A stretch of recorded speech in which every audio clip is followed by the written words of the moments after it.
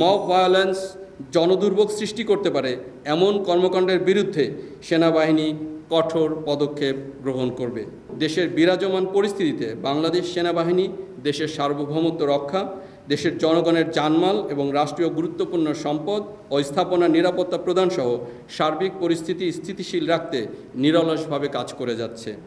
সম্মানিত সেনাবাহিনীর প্রধানের দিক নির্দেশনাকে অনুসরণ করে দেশের চরাঞ্চলসহ ৬২ জেলায় সেনা সদস্যরা আইন শৃঙ্খলা রক্ষায় অন্তর্বর্তীকালীন সরকারের সংশ্লিষ্ট মন্ত্রণালয়, আইন শৃঙ্খলা রক্ষাকারী বাহিনী, স্থানীয় প্রশাসন, বিভিন্ন সংস্থা, গণমাধ্যম ও সাধারণ জনগণের সাথে সম্পৃক্ত হয়ে সমন্বিত প্রচেষ্টার মাধ্যমে সার্বক্ষণিক সক্রিয়ভাবে দায়িত্ব পালন করছে।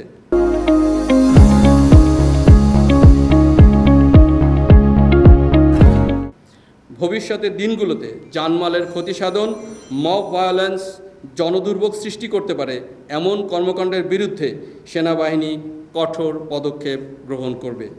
বাংলাদেশ সেনাবাহিনী একতাবদ্ধ হয়ে সর্বদা দেশের জনসাধারণের পাশে থেকে সার্বভৌমত্ব রক্ষার্থে বদ্ধপরিকর। আগের তুলনায় আইন শৃঙ্খলার ইন্ডিকেটরগুলো যদি আপনারা ভালোভাবে বিশ্লেষণ করেন, তাহলে বেশিরভাগ ক্ষেত্রেই আইন শৃঙ্খলা আগের থেকে স্থিতি অবস্থায় আছে বা কিছুটা ভালো হয়েছে।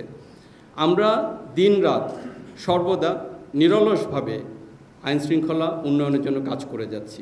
আইন শৃঙ্খলা উন্নয়ন শুধুমাত্র সেনাবাহিনীর একার দায়িত্ব নয়, এখানে অন্যান্য আইন শৃঙ্খলা বাহিনীরও দায়িত্ব রয়েছে।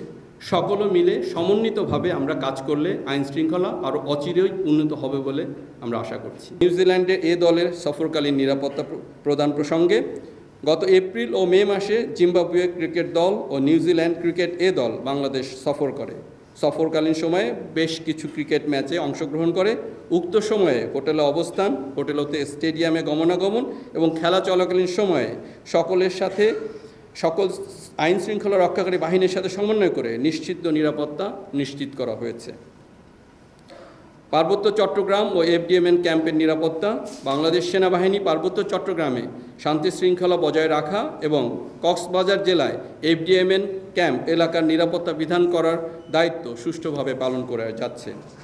বৌদ্ধ পূর্ণিমা উদযাপন, বাংলাদেশ সেনাবাহিনী সদস্যগণ বৌদ্ধ পূর্ণিমা ২০২৫ পালনে সারা দেশের বৌদ্ধ বিহারগুলোতে নিরাপত্তা নিশ্চিত করেছে, যার ফলে গত ৫ই মে তারিখে বৌদ্ধ ধর্মানুসারীগণ আনন্দঘন পরিবেশে বৌদ্ধ পূর্ণিমা উদযাপন করতে সক্ষম হয়েছেন।